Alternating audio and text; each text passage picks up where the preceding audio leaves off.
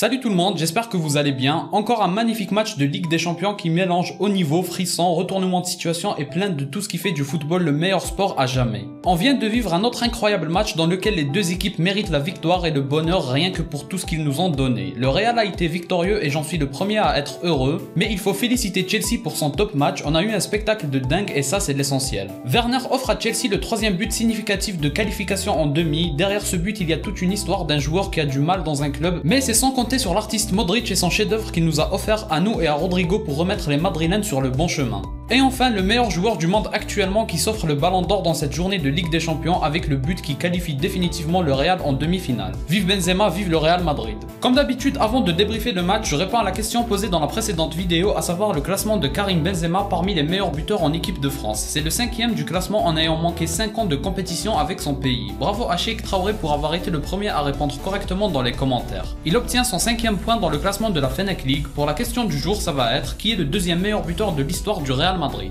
Alors on débute le débrief comme d'habitude en se demandant quelle équipe a été la meilleure. Évidemment c'est Chelsea, ils ont été plus tranchants, ils ont eu plus de maîtrise, plus de possession, ils ont beaucoup plus mis en difficulté la défense madrilène, ils ont eu beaucoup plus de centres et j'en passe. La maîtrise a été de leur côté, notamment en deuxième mi-temps. On a senti quand même que c'était un match de haut niveau, mis à part les prolongations où les joueurs ont commencé à perdre bêtement des ballons et c'est normal dû à la fatigue. Il faut dire que les deux équipes ont été redoutables dans le sens où dès qu'une équipe possède le ballon, bon courage pour le lui reprendre. Et surtout Chelsea, ils ne faisaient pas du tout de faute dans la construction. C'est tout à leur honneur et c'est surtout grâce à leur bonne vision de jeu et la bonne qualité de passe qu'ils ont. Mais il faut dire aussi qu'ils ont multiplié les passes faciles. Ça tournait souvent au milieu de terrain et grâce à la bonne organisation du Real, ils n'arrivaient pas assez rapidement à rentrer dans les 30 derniers mètres. Même chose pour le Real, mais je dirais que le Real a un jeu beaucoup plus rapide, ils ne prennent pas le temps de construire pendant 10 minutes, ils tentent des choses risquées et quand ça passe ça peut faire beaucoup de dégâts. Mais sans forcément tourner et tourner définitivement au milieu de terrain. Pendant la deuxième mi-temps, Chelsea a été bien meilleur en mettant 2 buts et même 3 si on compte le but annulé. Petit point sur ce but annulé, j'espère que personne ne viendra se plaindre que ce soit annulé. Ça fait des mois et des mois que les mains offensives sont sifflées peu importe si elles sont volontaires ou pas. Et de toute façon on s'en fout totalement que ce soit volontaire. Pour moi si on veut être logique, la question à se poser c'est est-ce que la main aide le joueur à mettre son but? Et en l'occurrence oui, le ballon rebondit sur la cuisse d'Alonso et le ballon le fuit. Sauf que sa main lui remet le ballon dans une position parfaite et ça l'aide à 100% à mettre son but. Donc premièrement au vu de la règle le but doit être annulé sans discuter. D'ailleurs l'arbitre n'a même pas vu la VAR parce que c'est tout simplement le règlement et ensuite même s'il devait y avoir de la logique je trouve que ça doit être annulé parce que ça l'aide clairement à marquer. Donc comme on disait la deuxième mi-temps a été maîtrisée par Chelsea. Dès l'entame ils mettent le Real en danger à 2-3 reprises jusqu'à marquer sur corner. Et ensuite ça continue jusqu'au troisième but. Même si le Real se réveillait par moments on a senti qu'ils étaient en dessous en deuxième mi-temps. Le troisième but et même le but annulé a eu un bon effet sur les joueurs du Real. Ça les a aidés à se réveiller et se bouger tous ensemble pour exercer un pressing cohérent. Malgré ça Chelsea met quand même un troisième but et je pense que celui-ci mérite qu'on en parle.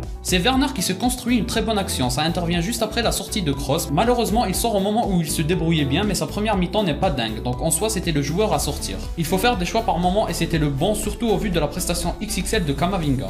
Bref, on revient sur Werner, son but est une merveille de construction et surtout de finition. Il prend son temps, il a de la réussite sur le tir mais il provoque et bravo à lui. Pour avoir été autant critiqué à raison, ça aurait pu être le bon lancement de Werner ce but. Surtout pour qu'il ait la confiance nécessaire, mais ce n'était pas trop du goût de Modric. Entre le troisième but de Chelsea et celui du Real, Ancelotti fait rentrer Marcelo et Rodrigo. Deux excellents choix. Parlant de Mendy d'abord, catastrophique. C'est le mot qui correspond à sa continuité dans le match. Plus le match avançait, plus il faisait du grand n'importe quoi. Énormément de pertes de balles, des choix douteux, il n'avançait pas au rythme du match. Et même à un moment où le Real mettait beaucoup d'intensité, il rate un contrôle facile. Il n'était pas dans le match pendant la deuxième mi-temps et même le Marcelo du moment est bien meilleur. Ensuite, il y a le choix risqué de faire rentrer Rodrigo à la place de Casemiro. Ça renforce légèrement l'attaque puisque c'est Valverde qui descend au milieu de terrain mais ça fragilise le milieu qui était déjà en très grande souffrance, notamment pour suivre les changements de côté de Chelsea. Ce choix s'est avéré payant puisque Rodrigo est l'homme de la résurrection du Real dans ce match. La passe de Modric c'est un pur chef-d'œuvre. C'est même plus important que le but je dirais, mais il faut le but et la passe. Et Rodrigo, quel incroyable joueur quand même, 2 fois il rentre pour renverser le match et 2 fois ça fonctionne. Et il y participe grandement. Pareil pour Camavinga évidemment qui a été encore plus important au vu de son rôle puisqu'il était beaucoup plus sollicité qu'un Rodrigo.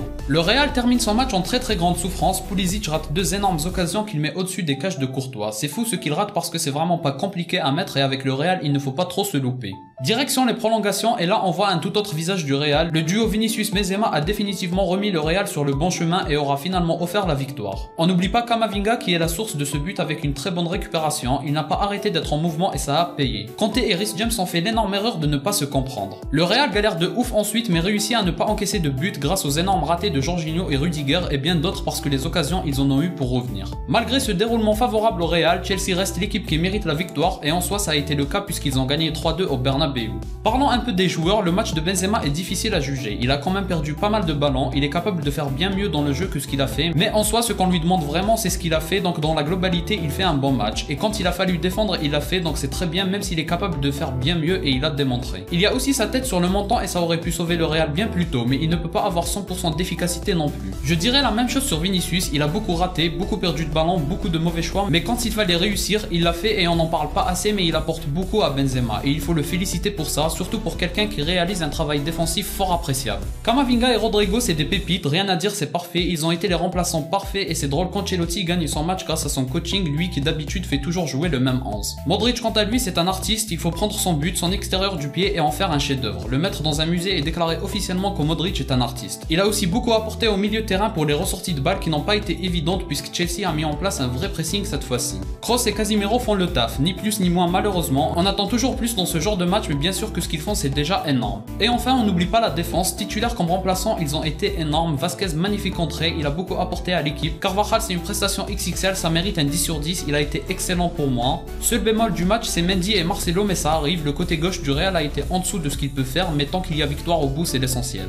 En tout cas quelle magnifique soirée de Ligue des Champions on vient de vivre, quel plaisir d'être un supporter du Real cette saison, la Ligue des Champions c'est dans le sang et j'espère que ça va être jouable maintenant qu'on joue les demi-finales. Même si ça risque d'être le monstre Manchester City comme prochain adversaire. J'espère que vous vous êtes aussi régalés, le foot continue d'être le meilleur des sports et la Ligue des Champions continue d'être la meilleure des compétitions, heureusement qu'il y a des choses qui ne changent pas. Bravo au Real et bravo à Chelsea qui se sont merveilleusement bien battus après une défaite 3-1 à domicile. Si vous avez aimé laissez un like et abonnez-vous pour me soutenir, moi je vous dis à la prochaine, portez-vous bien.